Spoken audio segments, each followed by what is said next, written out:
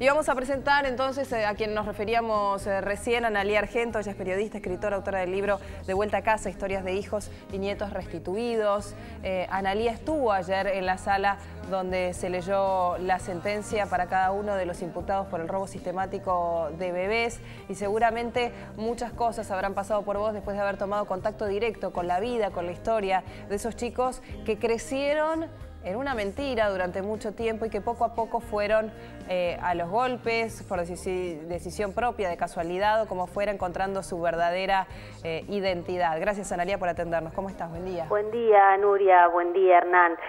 Sí, vos sabés que creo que a los que fuimos conociendo esta historia nos habrá pasado lo que le pasó a la jueza Roqueta ayer, ¿no? Que en el momento en que leía cuál es el delito, puso un tono de voz mucho más firme y además, como vos decías, ¿no? Lo fue pronunciando despacio y firme y fuerte y claro, como para que se supiera, fue casi como una bandera que alzó. Sí. Este es el delito que probamos en la justicia argentina. Sí. Yo sentí eso. Y además, bueno, a mí se me mezclan muchas cosas porque investigué durante mucho tiempo para el libro De Vuelta a Casa, y ayer cuando llego a los tribunales de Comodoro Pi, la primera persona que me encuentro es uno de los protagonistas del libro, que se llama Carlos Delía Casco, y con él fui al Pozo de Banfield, que es la maternidad clandestina. Decirle maternidad queda un poco grande, ¿no? Pero bueno, fue un centro clandestino de detención donde funcionó una maternidad. Con él entré a la celda de 2x1 donde estuvo secuestrada su mamá, porque como estaba embarazada, a ella la retuvieron con vida hasta que dio a luz.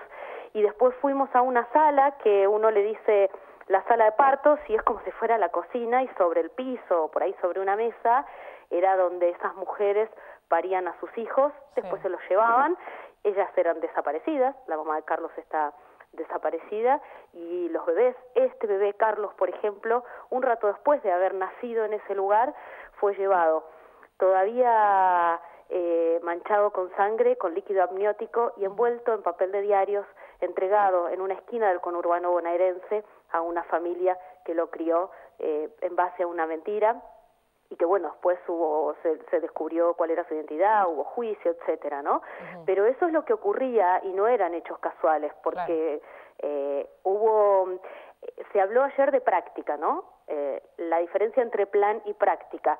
El plan de terrorismo de Estado al que refería la jueza Roqueta es un plan que fue ideado e instrumentado desde la dictadura militar, incluso preparado antes del golpe de Estado, que determinó que hubiera 30.000 desaparecidos, bueno, cantidades de centros clandestinos de detención que ya conocemos, que después él nunca más ha relevado, y montones de juicios han demostrado, ¿no? En ese marco, en un momento se encontraron con que tenían detenidas desaparecidas que estaban embarazadas, y ahí instrumentaron una práctica, que en distintos lugares hubo estas especies de maternidades donde a las mujeres embarazadas se las guardaba, a algunas incluso se las alimentaba un poquito mejor.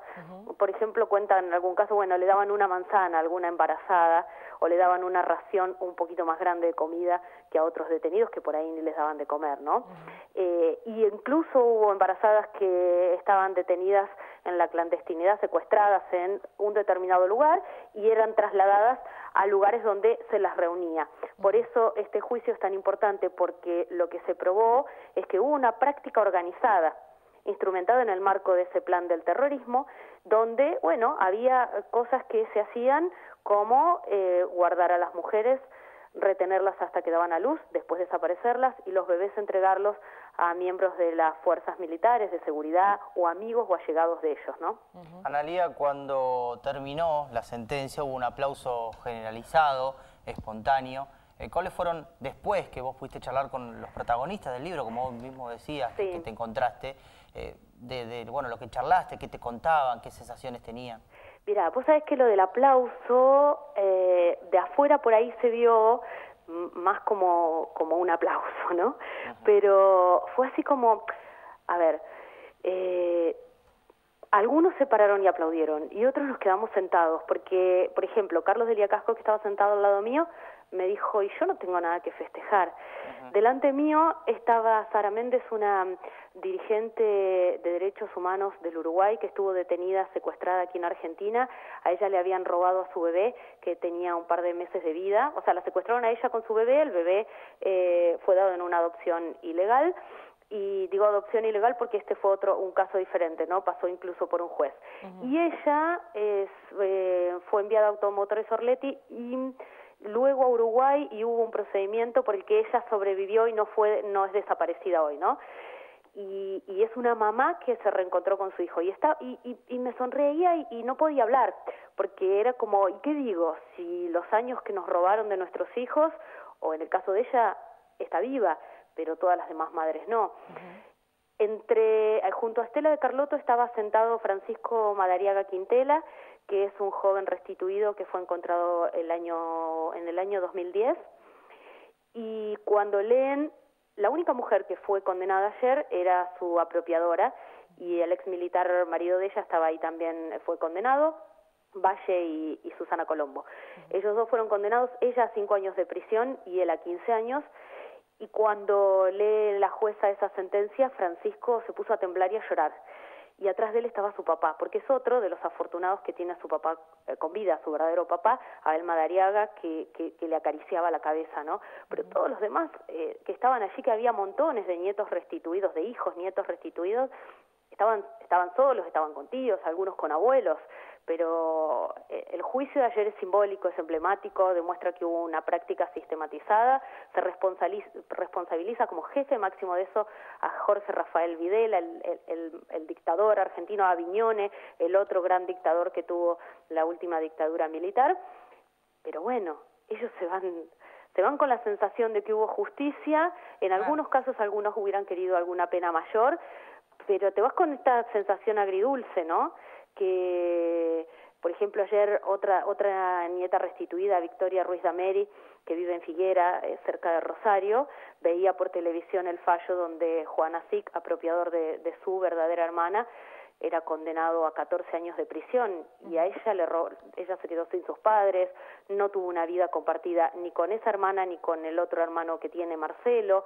Digo, entonces es un poco de paz, sí, un poco de reparación, pero lo que te quitaron no te lo devuelve nadie. Es simbólico porque es un castigo de la sociedad, y porque en Argentina antes no se hablaba del robo de bebés, y porque las abuelas de Plaza de Mayo en la dictadura, como las madres de Plaza de Mayo, durante mucho tiempo recorrieron solas los cuarteles, las comisarías, y las echaban y les decían viejas locas. Analía, hasta ahora el único que estaba cumpliendo condena por el robo sistemático de bebés fue el apropiador de Juan Cabandier.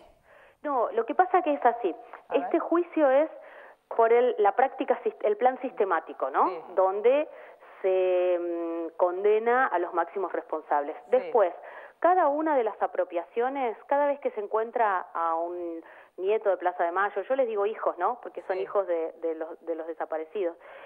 Cada vez que se encuentra un caso de esos, hay una investigación judicial, claro, y hay condenas a los apropiadores. Ayer hubo, como en este caso, los apropiadores de Francisco Madariaga Quintela, que fueron condenados, pero hay montones de otros juicios con penas que van más o menos de los 5 a los 15 años por el delito de apropiación. En este caso, el delito era la práctica sistematizada, el plan orquestado ya desde organismos del Estado. Esa es la diferencia. Exactamente. Bueno, Analía, imaginamos que a partir de aquí puede comenzar un poco esta reparación de la que vos hablabas recién, más allá de obviamente a los involucrados no haberles devuelto todo lo perdido, probablemente sí les traiga un poco de paz. Te agradecemos este contacto.